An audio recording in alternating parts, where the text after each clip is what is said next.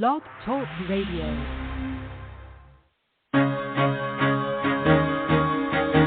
Carol the Coach. Sex, love, and relationships. We talk about it here. Carol the Coach. Compassion with contemporary relevance. I am a psychotherapist. I can be your personal life coach, and I can help you with your issues. There are no problems too small or too big. You can talk about anything. Speaker, columnist, radio TV host, and commentator. Carol the Coach brings messages of wellness and empowerment within reach of everyday people every day. Almost 5 years ago, I lost my soulmate in an accident. He was killed in a plane crash. Life just, for me, has seemed to stop. There are groups all over the city. I teach one.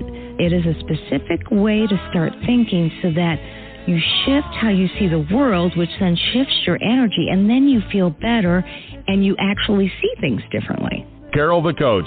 Always available, too, at carolthecoach.com. Now, I've got Russell on the line. I'm 47 years old. I'm a truck driver. I am married. I have a wife in San Francisco. Okay. I haven't been home in 6 months. My thing is, I don't know if I have a sex addiction or what the problem is. Why do I want what I can't have? And as soon as I can have it, I don't want it anymore. You're right on target when you say, I don't know if I have a sexual addiction. Well, guess what? Yes, you do. And you know what? That's my specialty, Russell. So you're at the right place. Continue. I meet women online, and I'm in a different part of the country. I travel all 48 states, so I love sex. I hear self-esteem issues. You never felt good enough, and you didn't feel like you were getting what you should have then, and you're reenacting that now. Do you want to change that about yourself? You get what you need. I got an interesting email this week from a person that said, hey, Carol, do you have any resources available for adult children of sex addicts? And I said, why, yes, I do. It's not, well, I actually have 2 different incredible interviews with one woman through Sex Help with Carol the Coach and another woman through the APSAT podcast. That's apsats.org. That is their podcast that I did for, over a couple of years. It's a very important organization to me. So get on and just put in at either site sex help for adult children of sex addicts, or just adult children of sex addicts, and you will get those interviews. Now, that being said, that's what this station is all about. It is about figuring out what you need and then trying to get it to you. That's why we do so much to educate the public. Now, today we're going to be talking about grace-based recovery, and it's the foundation of Be Broken Ministries in San Antonio, Texas. So I've had Maurice Crane on before. He's amazing, and he will help all of us to learn more about the services that he has to offer. Speaking of services, if you need a Help Her Heal group, I will be starting a new group November 22nd from 12 to 1:30. Just email me at carolthecoach.com, and I'll get you signed up. We have about 4 openings. We keep it to 12 men, and we go through the Help Her Heal book. So that's always an important adjunct to learning how to do empathy and to be around supportive people that are all learning at the same time. That being said, I also am very excited to be doing a workshop on January 14th from 9 to 4 on helping you heal the Irkham way. And I'm going to be going through 2 exercises from each phase, and I'm going to have you practicing as a couple how to do ABR and how to do reflective listening and just how to make it your own. So I always say there are so many incredible groups out there to get you where you need to be.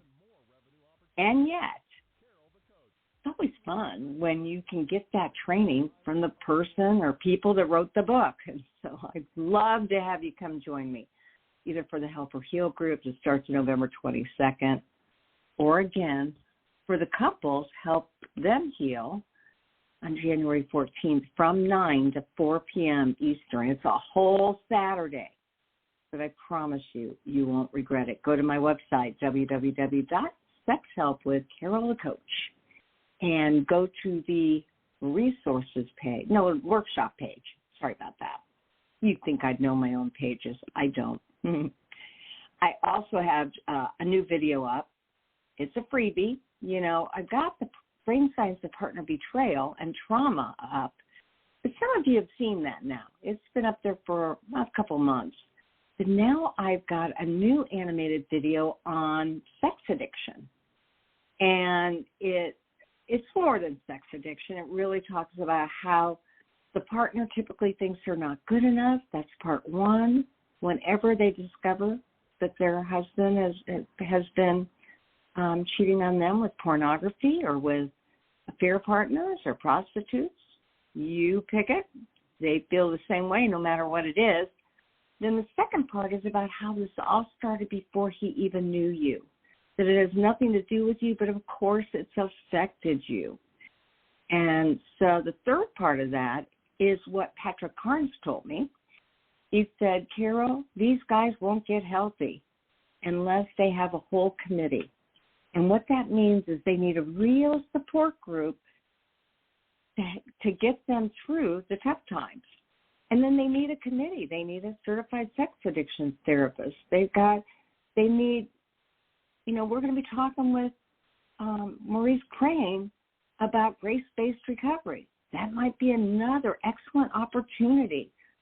We all know that Be Broken Ministries has a fantastic offering. So, that's part of the committee. A CSAT's part of the committee. A therapy group is part of the committee. And, of course, praying, meditating, and journaling is part of the tools you need within that committee. So I'm just excited to be showing you that video. The last part of that video that talks about the 10 recovery tools ends with the fact that ERCM, the Early Recovery Couples Empathy Model, is the way to go with couples. That's what Help Them Heal is all about. It's about taking you through the stages of partner betrayal and practicing the exercises that'll build empathy. Okay, now I feel like I've educated you about what is out there from Carol the Coach. Let's go now to Maurice Crane, because I told you he's a friend of the show. We've had him on before. And whenever he has something novel, something that he believes would be of real benefit to the sex addiction community to restore your sexual integrity, he reaches out to me. So, Maurice, thank you so much for coming on Sex Help with Carol the Coach. Back again. Yeah, you're always doing something that really supports men in not only their integrity, but in their journey, and I just really appreciate that. So tell us a little bit about what you got going on with this new Gateway to Freedom Weekend and the Grace-Based Recovery Movement. Great. Yeah, sure. Well, as you know, Be Broken has been around for almost 20 years now, trying to minister to the needs of men who are broken because of their sex addiction. And just hearing you, just a little bit earlier talking about the betrayed wives, it is such a massive field of harvest out there to try and work in. So one of the things that I was talking with Jonathan Daugherty about was, is there some ways that we can take what we do with the grace-based workshop or the Gateway to Freedom workshop that we offer between San Antonio, Orlando, and Pennsylvania, if we could take that and stretch it out a little bit further and start some groups out in various communities around the nation and allow them to continue to walk out. We have a mentoring program that we've just started with Gateway to Freedom, which will help people to better get the support network, kind of like you were talking about, that support structure in place. But what about something more long-term? And there are groups out there, that do things long-term. But I was looking at the grace-based model. Jonathan wrote a book called Grace-Based Recovery, and we do some online classes with grace-based recovery with the book. But what are some ways that we could, kind of make a hybrid out of this, where we could create an 8 to 12-week class on the grace-based recovery model, and then I call it model. It's really just, life change. But what can we do with the grace-based recovery, but also keep it moving forward, keep the outflow of your life going, keep the support network engaged, but also doing things from a grace-based perspective, not simply a performance-based perspective, and that's kind of the big difference there.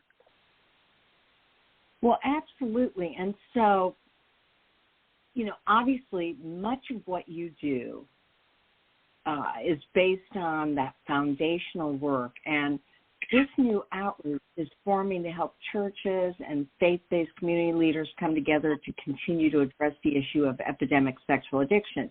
That's the Gateway to Freedom weekend. But your grace-based recovery groups, they are an opportunity for men to find a safe place to gather to share their deepest sexual struggles as well as their marital and family issues. This is right up the alley, because we know that addiction is just not your own individual recovery as a man who's wanting to gain sexual integrity. It also has to do with that relational piece. So this 8-week training taken from the book Grace-Based Recovery is an opportunity to really look at your life and apply your integrity everywhere you walk, right? Exactly. I mean, we want to give them some tools. People come to the Gateway to Freedom workshop, and they drink from a fire hose. Is kind of what the workshop is. It's here's some clinical aspects about your addiction. Here's some spiritual aspects about your addiction. Here's some emotional aspects about your addiction, and we give you a chance to start to unpack your story when you do come to these weekends. And I'm one of the counselors. We have a few other counselors between the 3 locations, and we try and help them talk through some things, but do it in kind of a group way. What they're going to need then is to take that a step further, or 2 steps further, or 3 steps further, as they kind of elongate this journey to recovery. And so what they can do is they can take this Grace-Based Recovery book, which is actually a great book because there's a lot of questions that you can ask yourself in there. It's kind of set up in a workbook fashion. In fact, I've been kind of bugging Jonathan, make a whole workbook out of this. It would be so powerful. And so I think he might be working on that.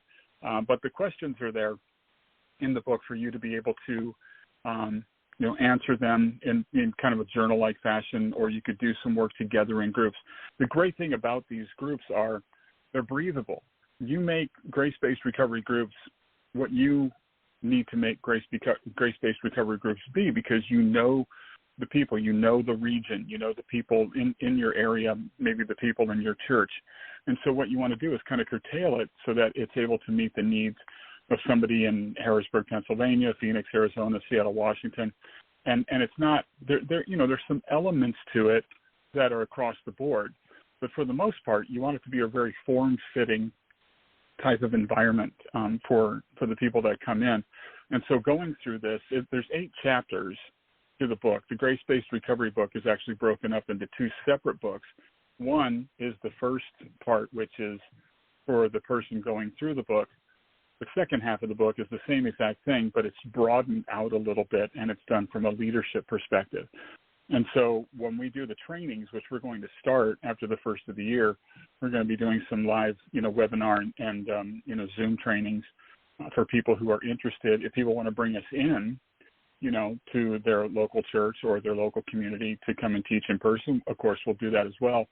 But it's become such a computerized world these days that we're going to make sure that we have the grace-based recovery webinar training ready to go.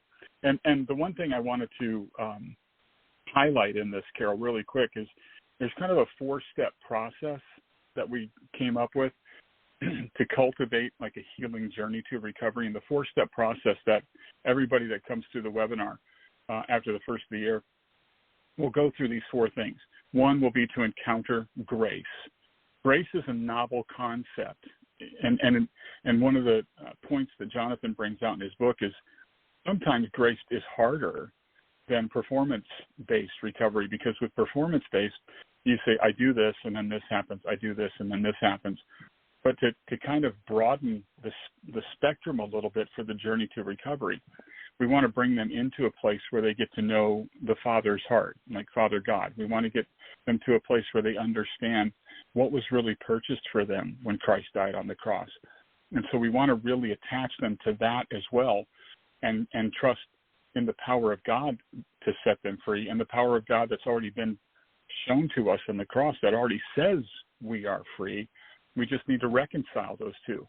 When Christ died on the cross in AD 33, and in my addiction over 2,000 years later, I was still declared innocent and free because of the cross. I wasn't living innocent and free. I have to reconcile those two. AD 33, 2022. If I can reconcile them, I can really enter into a new concept of freedom for my life. The second one is overcoming shame, which you know and I know is one of the strongest brick walls to get over. It is just so difficult because it keeps us isolated and it keeps us looking at ourselves with a different identity than who God says we are. The third one leads into that, which is to restore your identity. You are a creation of God. If you have found salvation of God through Jesus Christ on the cross, you have been adopted as his child. So your identity is a child of God. And then number 4 is to encourage your destiny. We don't just want to stop doing the bad stuff. We want to make sure that you enter into your purpose. You have gifts, you have talents, you have abilities that need to come to the surface, that you can give to the community around you, that you can bless other people with. And it's all a part of why you were created. And what addiction does is it takes us off that original journey path that God set us on, and it turns us into a completely different person, walking down a completely different road, making completely different choices and decisions about our life. And God is always trying to detour us back. So you can encounter God's grace, you can deal with the shame, you can restore the identity, but then you've got to look forward. As you're kind of breaking out of that shell of addiction, you move forward and you encourage what is to come. And that's all a part of what the grace-based recovery concept is about.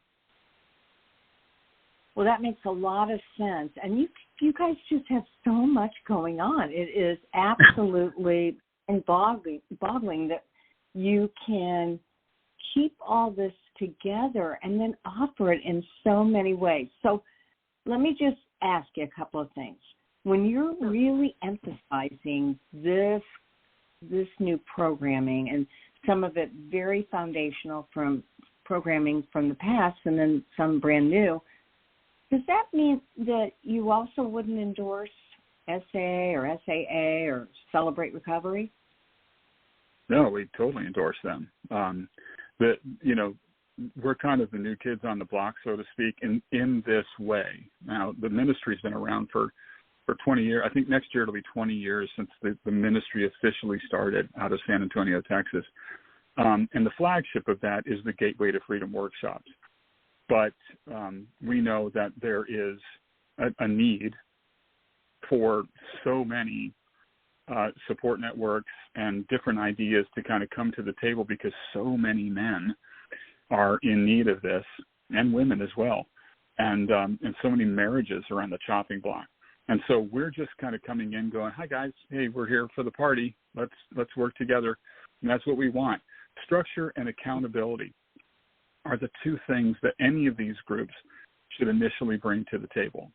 There should be some structure there, because you've kind of been living a life where you've been chasing your own fantasies, trying to meet the needs. You've been in survival mode. Your emotions have been dictating all of your decisions, your thoughts, your behaviors. And what you need is structure. You need to come into something. I always liken it to the Bible story of the Exodus, of the children of Israel coming out of being slaves in Egypt for so long. Mm-hmm. And when they broke out of Egypt, they needed structure and accountability. They had been living as slaves. They had no idea what it meant to be free, and God needed to show them something.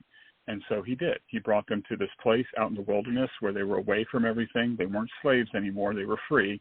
But he had to teach them a few things in order to, they say you can take Israel out of Egypt, but you got to get Egypt out of Israel now. So there's this whole concept, right? There's this whole concept of structure and accountability. All of those groups, SA, SAA, Celebrate Recovery, all great stuff. We're just saying, what we're doing is kind of adding, some more sugar to the cake mix or something along those lines, where it is the chance to kind of broaden it, kind of open it up a little bit further, kind of let it breathe a little bit, really create some deeper communication, where it's not so much, hi, I'm Maurice, I'm a sex addict, hi Maurice, and then you go around and then you go home, and then you make sure you do the steps. That's all good stuff.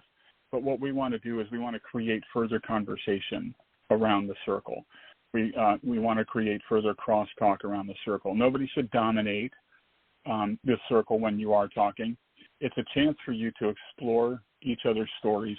It's a chance for you to work together to create some kind of an outflow. Maybe there's something that people can do together to engage, people that are in need, sending them out to do things and serve others, because we've been serving ourselves for so long as addicts. What can we do to create an outflow of your life? Can it be, going to a soup kitchen together and serving the homeless? Could it be, mowing the lawn of somebody who is unable to do that? These areas of service, we want to incorporate that into this, not simply doing some of the steps and making sure that you are moving forward in a structural and accountability way, but also what is the outflow? How can you work together? How can you build a band of brothers? How can you build a family? How can you continue to open those doors, connect with other people who are also dealing with this type of thing, bring them in, expand the family a little bit more? And then in the process, like I mentioned, learn about your purpose and your destiny that God has for your life, and take it a little bit further, but do it kind of in a group fashion where you're coming together as a family. And so all of the other stuff is great. The structure, the accountability, this is just a different way that we're approaching it. And we're approaching it from a sense of, here, there's some homework. Let's do this. Let's dive in. Let's learn about what it means to recover with a grace-based mentality, where you really tap into the power of God, who absolutely loves you and adores you and wants you to be free. He is fighting for your freedom, every chance he gets. I mean, he is just going after it. He's in your corner. And so let's learn about what that means to walk in the love and the power and the freedom of Christ. I think one of the greatest verses, and we use it all over Be Broken, we use it all over the Silent Addiction, we use it all over anywhere, is Galatians 5:1, scripture in the Bible. It says, it is for freedom that Christ has set you free. Stand firm then, no longer allow yourselves to be burdened under a yoke of slavery. So, and then I always go back and I'll bring that up with people and I'll say, what does that mean to you? And I'll say, why did Jesus set us free? And they'll give me a whole host of questions or a whole host of answers, and I'll say, no, it's in the verse. For freedom. It is for freedom that Christ has set us free. And so we believe, as part of the grace-based recovery, that we don't have to call ourselves an addict the rest of our lives. We will have to call ourselves a target, because the enemy knows our weakness. But the difference between grace-based and some of the other ones, sometimes you can stay around, being vigilant as an addict, and I just don't think that's in Scripture. And so what I think is in Scripture is that we do have to be a target. The difference is how you're vigilant. If you're vigilant out of faith, this is the conversation you have with yourself. I don't have to do this again. If you're vigilant out of fear, the conversation you have with yourself is, I hope I don't do this again. So it might be a little bit of a nuance in there, but I think the way that you're vigilant with grace is a little bit different than the way that you're vigilant with some of the other programs. And we just want to bring that edge of freedom that says, look, just because you've done this for so long, that's not who you are. You can change and you can leave it behind. Well, absolutely. And so, you know, I know that the Gateway to Freedom Weekend intersects with the grace-based recovery groups. Now, what do you think might be the biggest hurdle to getting these groups formed? Yeah, that is the question of the century. Well, the biggest Let's help hurdle. You with that. Go ahead, Maurice. Well, I was just going to say the biggest hurdle that we're facing is when we're trying to get this model, and I know some other groups that are out there that are similar in tone, have a really, really difficult time in having churches open up. Now, we're coming at this from a faith-based perspective. Anybody can come. You know, we're not going to force God down your throat and make you believe everything we believe. If this is something that you come in, we want you to find a welcoming spirit. We want you to find, you know, real love and acceptance in these places. But being a faith-based type of approach in this recovery process, you know, in my head, I'm going, oh my gosh, churches should love this. Churches should open their doors to this thing. It would be amazing. And I tell you, I have been fighting in probably the last 5 years in the time that I've been, you know, counseling and coaching and working to get the word out about what churches can do in order to help the men in their congregation, at least, you know, initially. And it is a brick wall.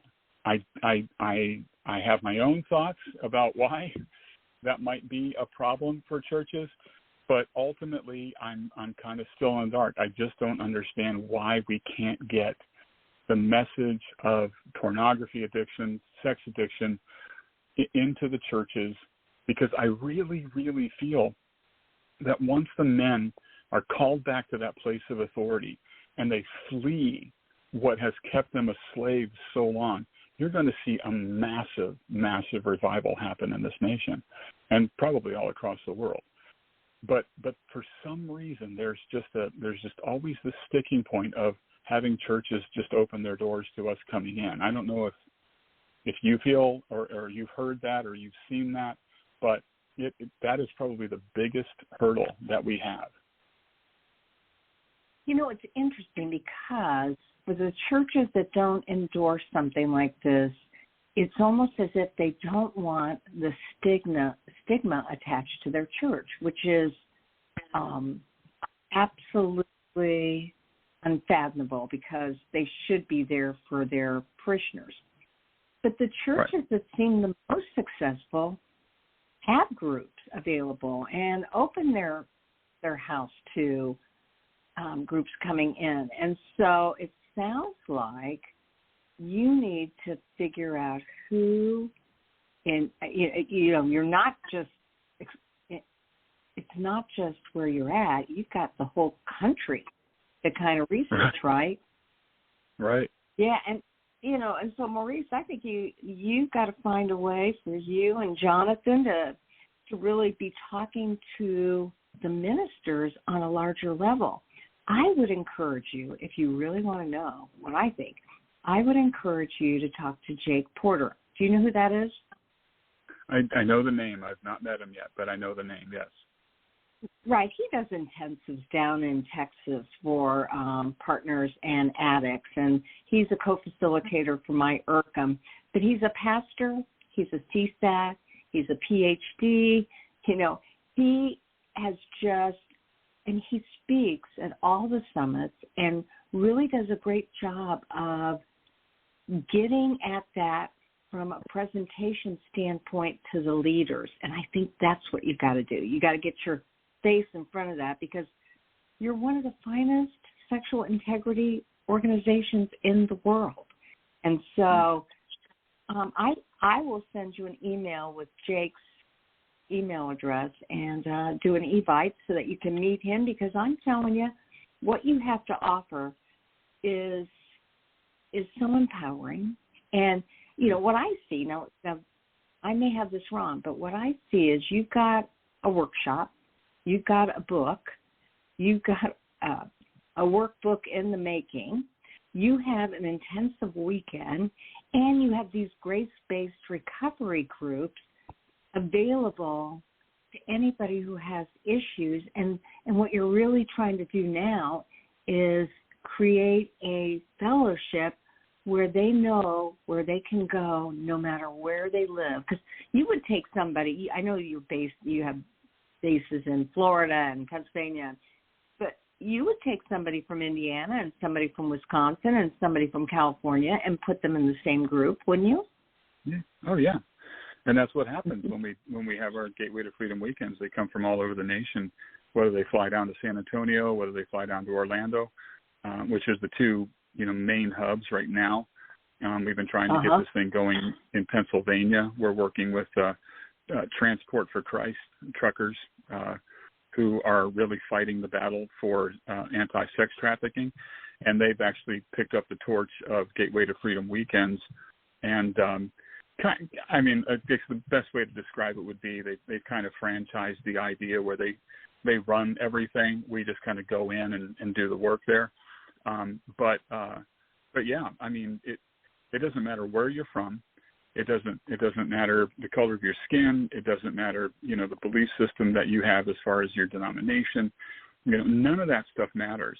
What matters is there is a continual suppression of trying to, fight against these men breaking free.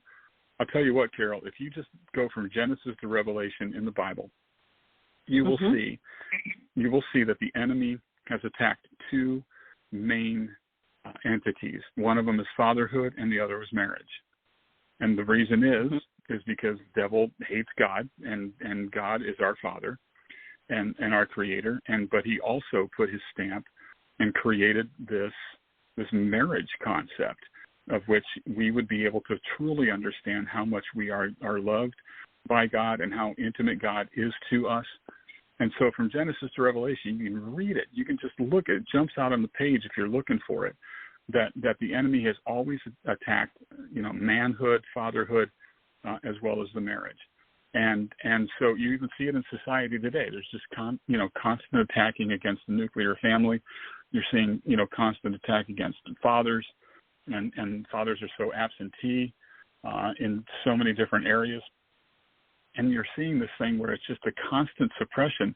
And so many men, millions and millions and millions, and I'm not even exaggerating, millions and millions and millions of men worldwide are stuck in this slavery of sex addiction. And they are locked away in shame and isolation. They are living two lives. They are walking a fence. And all they have to do is come out into the open, out into the Father's great love, and just embrace him as he wants to embrace them and find freedom, probably, for the first time in decades. Some of this stuff has obviously predated their marriage. They brought it into the marriage. They don't even have the marriage that they could have. They could have something so spectacular, so wonderful that they have never had, as wonderful as the dating process might have been, as wonderful as the wedding ceremony might have been, as wonderful as life might seem. There's something that they don't have. And these men that come to these Gateway to Freedom weekend workshops, they come just broken because they thought that everything was fine if they could just keep this little one side of their life going. But it wrecked everything. It was a time bomb that ruined their marriages, ruined their lives, wrecked their souls, brought them into depression. And I just want to see churches and faith-based community leaders come together and at least for a season, make this a priority. Make this a priority that says, no, we're just not going to take it anymore. We really see what's happening here, and it's the suppression of millions and millions and millions of men who are trying to find their way out, who are trying to grasp everything that they need to find freedom. And they're just grasping at straws. They're punching in the dark. They're just trying everything that they possibly can And we just want to invite them down to these Gateway to Freedom weekends. I mean, we're the cheapest thing going out there, Carol, really. I mean, it doesn't cost a lot to come to these weekends when you compare them to some of the other intensives that you see all across the board. And if they just come, they will find something so wonderful. So many men come to these weekend workshops so afraid of how they're going to be perceived. You know, they're showing up and they're almost like dogs with their tail underneath them, you know, and they're just kind of walking in. And by the end of the weekend workshop, they're laughing, they're joyful, they're full of hope. They have clear direction, a clear perspective about where they're going. And they leave there, and it's like they don't want to leave. You know, like this feels so good. It's like those mountaintop experiences, you know, having those retreats and then having to go back into the valley. But it is such a powerful release to see these men's countenances change from being so sad, so forlorn. I don't even know what I'm going to do. I don't even know if I should be here. I don't even know. I don't, blah, blah, blah, right? It just goes on. And then 36 hours later, you know, well, probably more like 40 hours later, they're leaving again, and they have so many tools in the tool belt that they need. And we just want to keep that going. We want to keep the Gateway to Freedom weekend workshop thing going, and then you sign up for mentorship where you get 8 weeks free of mentorship. People who we have vetted in the Be Broken community. You get 8 more weeks of that, and then you can jump on the bandwagon in a grace-based recovery group, dive into Jonathan's book, do some homework, really, really go to town on that, and then build this relationship with the people in your community. If the churches would just open up to that, I said, look, pastors, if you don't want to be the fall guy, we'll be the fall guys. You know, don't get everybody mad at us. You don't have to be mad at you. But we'll just go up. But we're not, when we go into churches and share the message, and we could even go in a Sunday morning for 20 minutes, you know, someplace, and present what the concept is. You know, some churches have like missionaries come in, you know, when they're asking for financial aid and sharing the vision, things like that. That's something that we could do even for 20 minutes. We could go up and speak, and then we could, you know, do some groundwork and draw people together and say, hey, let's build a team, or you start to build a team beforehand, get them ready, bring us in. We'll do a weekend seminar training for you, or we can do it online, and then we'll release you to go and find these people. We'll give you all the tools that you possibly can handle. And can you imagine that, Carol? I mean, if just churches would just open up and say, listen, we get it. We don't know what to do, but we're going to address the situation head on, and we know who can tell us what we need to do. And there's so many ministries out there right now, and there's more coming on board every day. Let's pull these people in. Let's tackle this thing head on, no matter what it looks like, no matter the stigma, no matter if it seems like we're indicting, you know, all the men in the church, no matter what. We're not going to be of any reputation. We simply want to bring freedom to the doorstep of these men and these marriages. I mean, maybe I'm just a dreamer. I don't know. But I can see it happening in my mind's eye. I just totally can see men just escaping this and moving forward in freedom and seeing their marriages healed and whole and their children healed and whole, and them taking an active participation in their children's journey as well when it comes to this, and helping them fight against pornography until the point where it just dies. Like it just dies. They don't have enough, you know, consumers anymore. It just dies. So that's my, I don't know if that's 100 years down the road. I don't know if it's 50 years down the road. But if anybody listening to the sound of my voice right now will open up your doors, we will come in. We will do it in a very tasteful way. We're not going to be crass about this. We're going to do it in a very tasteful way, because the truth is, Carol, it's really not just about sex addiction. It's about addiction in general. You have to get to the soul of the problem. You have to get down to the very core issues of your life that brought you to this place in the first place. So it's, whether it's heroin, whether it's sex, you know, whether it's marijuana, whether it's alcoholism, whatever it is, you have to deal with the deep things in your soul if you're going to want to break free of this. And that is what we're going to focus on. I get that. And I just so admire your passion and Jonathan's. And hopefully something is going to fall in your lap as a result of this podcast, as well as I am going to send you Jake's information. So as we wrap up today, I think you've done a great job of really not only bringing the passion of the program, but the fact that it is so affordable. And we can't talk money out over the air. It's against right. But we can say that, comparatively speaking, there's nothing out there that is this reasonable. And who gives free groups afterwards as aftercare or support?